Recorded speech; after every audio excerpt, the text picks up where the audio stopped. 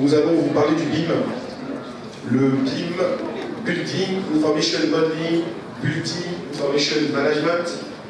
Donc, le nouveau processus qui va permettre à la maîtrise d'ouvrage de développer, d'intégrer les processus de développement durable. Donc, soyez très attentifs, nous sommes là pour répondre à toutes vos questions. Donc c'est parti. On y va ? Tu veux me présenter peut-être ? Non, c'est bon ? Ok.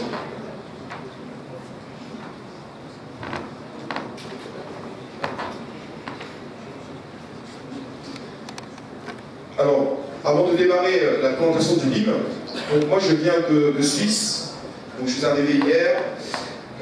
Donc je travaille pour un groupe qui s'appelle Einstein et Walter. Donc c'est un groupe qui est spécialisé dans tout ce qui est études techniques. Donc quelques chiffres. Voilà. Donc Einstein et Walter, depuis 1927, en Suisse, 120 millions de francs suisses en chiffre d'affaires. Donc on est vraiment développé sur toute la Suisse.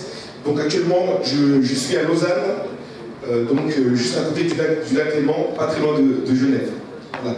Donc ça, c'est juste pour la présentation rapide de Einstein et Walter. Alors effectivement, Einstein et Walter, technique pluridisciplinaire, développée dans toute la Suisse, et Einstein est partie prenante dans le développement des standards du BIM en Suisse. Donc, rapidement, je vais pas tout vous lire. Donc ça, c'est mon parcours en tant qu'expert BIM. Donc j'ai travaillé pour le groupe Engie en France. J'ai travaillé pour le groupe Vinci Construction Grand Projet, sur des projets internationaux. J'ai travaillé pour Projet International, donc sur des projets en Arabie Saoudite, au Qatar, à travers le monde, et puis dans le domaine du oil and gas et dans le domaine du nucléaire, où j'étais expert dans les systèmes d'information. Voilà, donc c'est juste un peu pour vous montrer un petit peu mon expérience. Donc j'ai intervenu dans des projets aéroportuaires, des universités comme l'université de la Sorbonne d'Abu Dhabi, un grand projet pour nous, avec OG International. J'ai travaillé sur les EPR, donc les centrales nucléaires nouvelle génération, avec Vinci Construction Grand Projet. Et j'ai travaillé aussi sur le métro de Doha au Qatar. Voilà. Alors, on va essayer de faire une présentation qui soit très dynamique et on va essayer de vous rendre très participatif. Donc ça, c'est le sommaire de la présentation. C'est quoi le BIM ? Premièrement. Deuxièmement, la mise en place de l'environnement de travail pour démarrer un projet BIM. Nous parlerons de la formation des dessinateurs, mais en fait, c'est juste un petit clin d'œil, la formation tout court, et tout ce qui est relatif aux méthodes de travail. Et ensuite, je donnerai la parole à mon collègue Lied et partenaire. Donc, première chose, donc le BIM, avant toute chose, il y a des multiples définitions. Si vous voyez ici, cette définition ici, Building Information, Management, Data, Projet, la réalité c'est quoi ? C'est que le BIM, ce n'est pas un logiciel de 3D. C'est avant tout un processus qui va vous permettre de créer, de diffuser, de réutiliser des données numériques structurées, très important, en utilisant des standards. Et l'objectif, c'est de collaborer à plusieurs sur ces maquettes numériques, de pouvoir interagir tous ensemble sur des bases de données, depuis la programmation du projet, la conception, la réalisation, l'exploitation et maintenance, et bien sûr, le terme qui est très utilisé aujourd'hui, la déconstruction. Donc, le BIM, on va se le rappeler, un modèle numérique conçu au départ pour être utilisé par tous. Donc c'est très important de se mettre ça à l'esprit. Exemple, donc ça c'est un modèle numérique, tout simple, avec, vous reconnaissez, des gaines de ventilation, de la structure, et ce modèle numérique, il va contenir de l'information. Et cette information, nous devons définir son niveau de détail. Là, effectivement, dans cet exemple, vous voyez ici une modélisation très précise de tout ce qui est sanitaire, les lavabos, l'eau chaude, tout a été modélisé. Donc, le niveau d'information, pour nous, c'est le plus important lorsqu'on va démarrer un projet. Associé à une base de données. Un exemple, vous voyez ici en photo, on a l'impression que c'est juste un volume, mais non, c'est une information. Une information complète où on va rentrer les informations structurelles de ce poteau, ses matériaux, ses caractéristiques, pour que tous les acteurs puissent interpréter ce poteau dans sa propre spécialité. Un architecte va se spécialiser autour du poteau, sa surface, son volume. Un ingénieur en structure va chercher sa fibre neutre. Donc, effectivement, c'est une information qui doit être partagée par tous. Deuxième chose, nous décidons de partager l'information. Donc, nous devons parler de plateforme collaborative. Donc, les Anglais appellent ça le Common Data Environment. La plateforme collaborative, c'est le moyen de collaborer tous ensemble, tout au long du projet. Alors, les plateformes, effectivement, nous verrons, évoluent en fonction des phases de projet.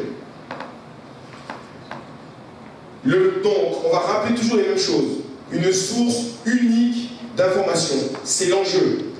Et c'est le plus dur. Avoir une source unique pour éviter ce qu'on appelle la redondance d'information. Éviter qu'un ingénieur crée sa propre information. Un architecte crée sa propre information. Quelques définitions. 3D, maquette numérique. 4D, associer la maquette numérique au temps. 5D, associer les ressources et le temps. Et effectivement, un standard que vous avez sûrement déjà découvert, les IFC. Donc les IFC, c'est une norme qui va permettre à tous les éditeurs qui vont vous proposer des logiciels de conception d'échanger de l'information. Donc récupérer toutes les données structurées d'un projet. Donc, je vous rappelle, et retenez bien ça, le BIM, ce n'est pas le 3D. D'accord? Même s'il y a plusieurs 3D, même si un ingénieur structure va modéliser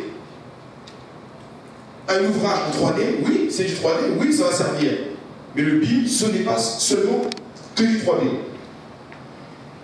Ce qu'on rencontre souvent, et ça, on avait constaté avec mes collègues à l'époque de Vinci, c'est qu'on travaille en silo.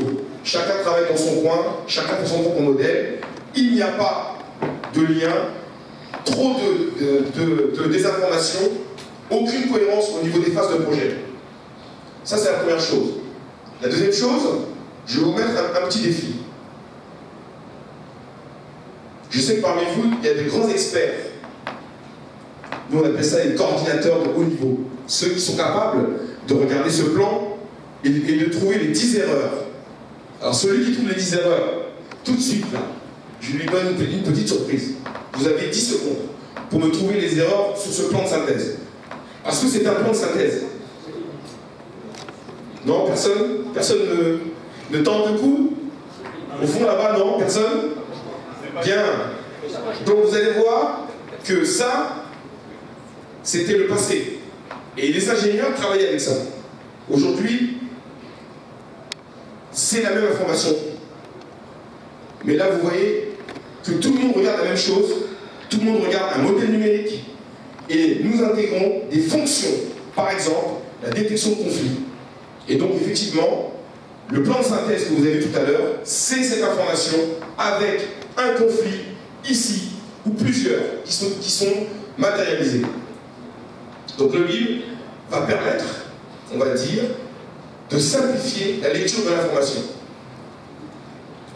Donc c'est important de rappeler, trop de modèles 3D amènent de la redondance.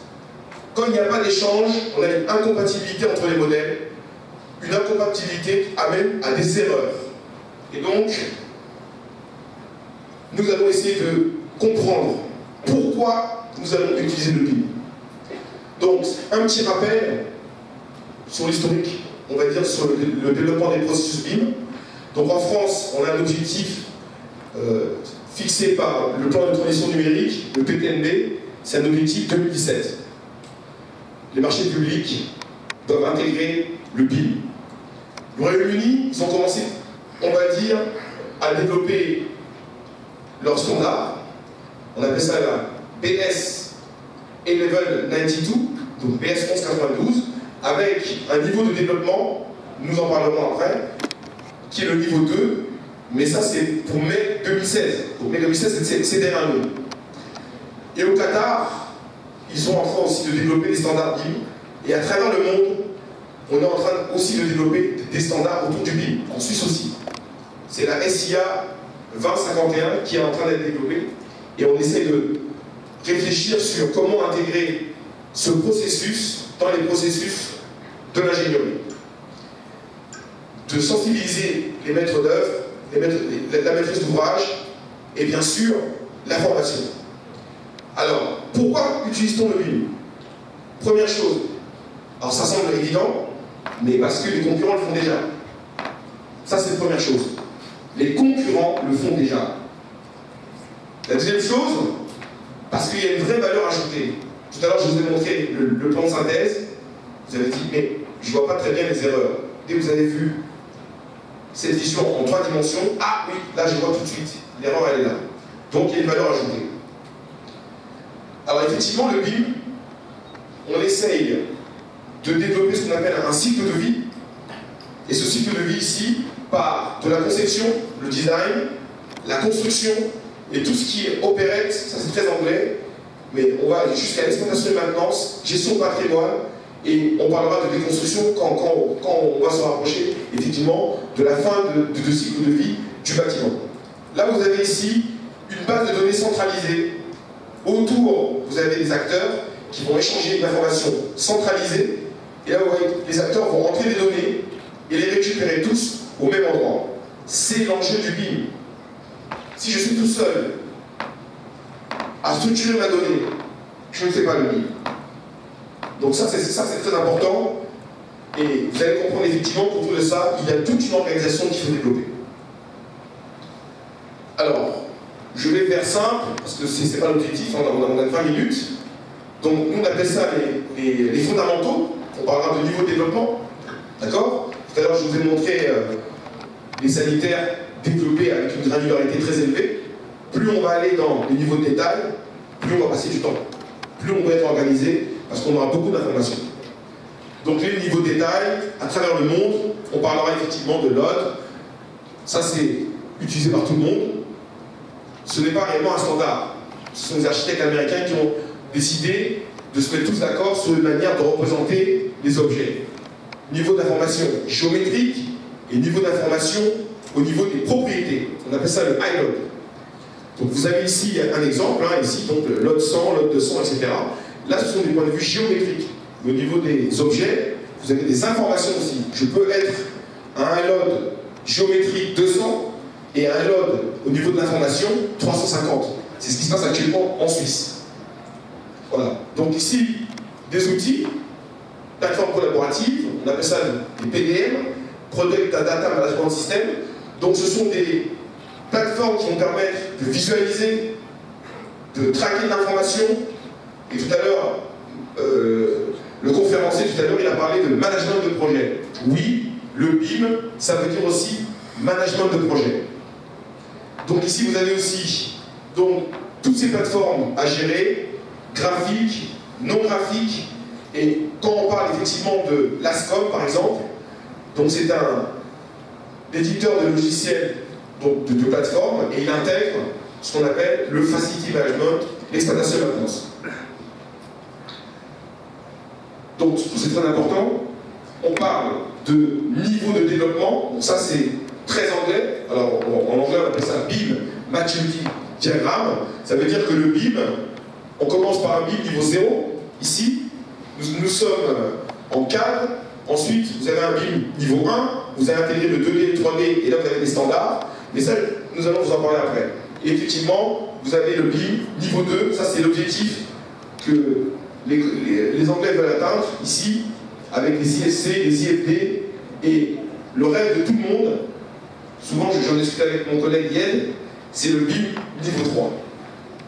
Tout intégré. Donc quelques définitions, IFC, IFD, IBIM, donc tous ces termes, au fur et à mesure que la présentation va avancer, vous n'aurez plus de secret pour ça. Donc c'est parti. On va parler d'une façon très didactique du niveau de maturité du BIM. Vous allez découvrir des appels d'offres où on va vous demander un BIM niveau 1, un BIM niveau 2. Mais concrètement, qu'est-ce que ça veut dire?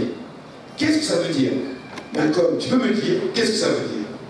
Alors, ici, nous avons essayé de rendre plus, on va dire, compréhensible la description du niveau de maturité du BIM.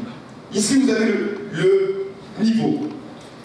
Vous avez à chaque fois 3 fonctions ou 3 thèmes que vous devez à chaque fois traiter. Quelle fonction vous voulez donner au BIM? Quel standard vous voulez utiliser? Et quel mode de collaboration vous voulez mettre? Donc le BIM niveau 0, ici, c'est du 2D, on appelle ça le cadre en anglais. Les standards sont les standards des sociétés ou des projets, et il n'y a aucun outil de collaboration. Ça, c'est le BIM niveau 0. Vous avez ensuite le BIM niveau 1. Quelle fonction? Quel standard? Quel mode de collaboration? Donc là, vous intégrez maintenant le 3D.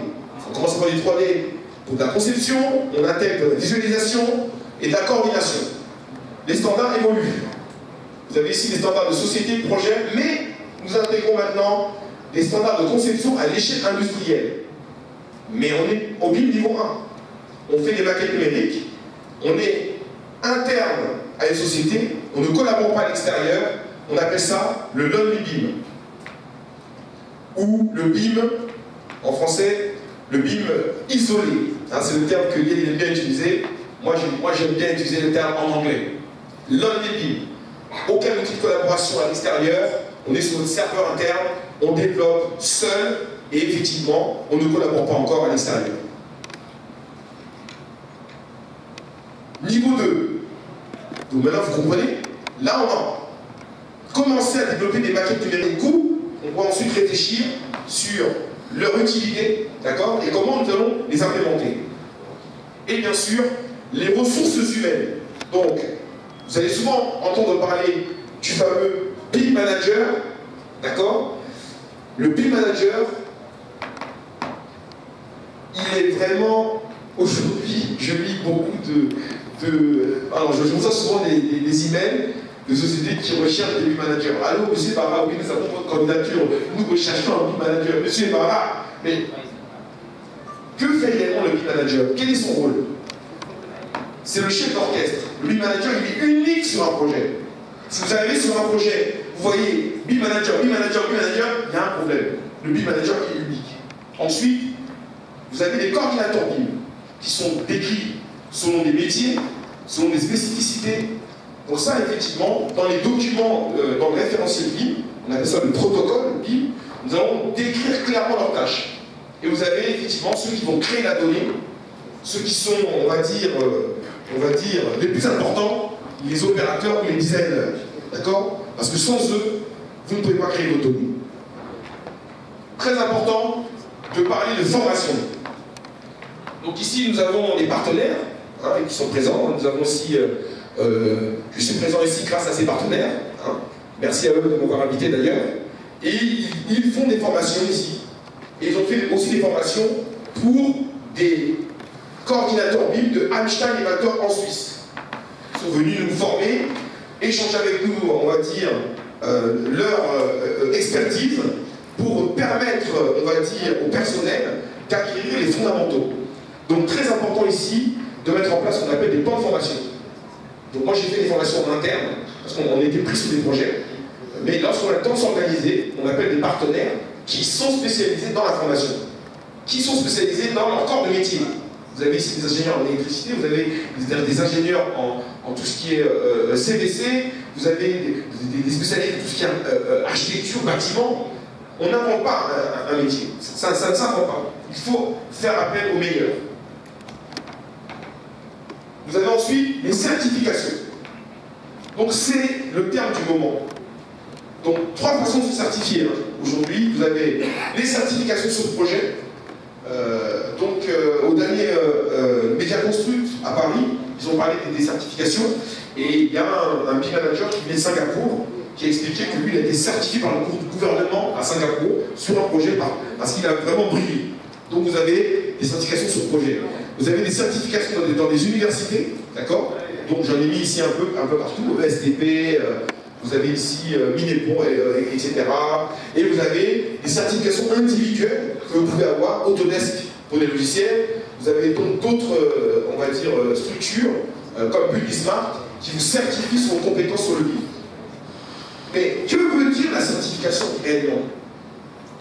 Quand vous êtes certifié, ça veut dire quoi? Ça veut dire que vous garantissez que vous êtes capable de réaliser la tâche qui vous est demandée.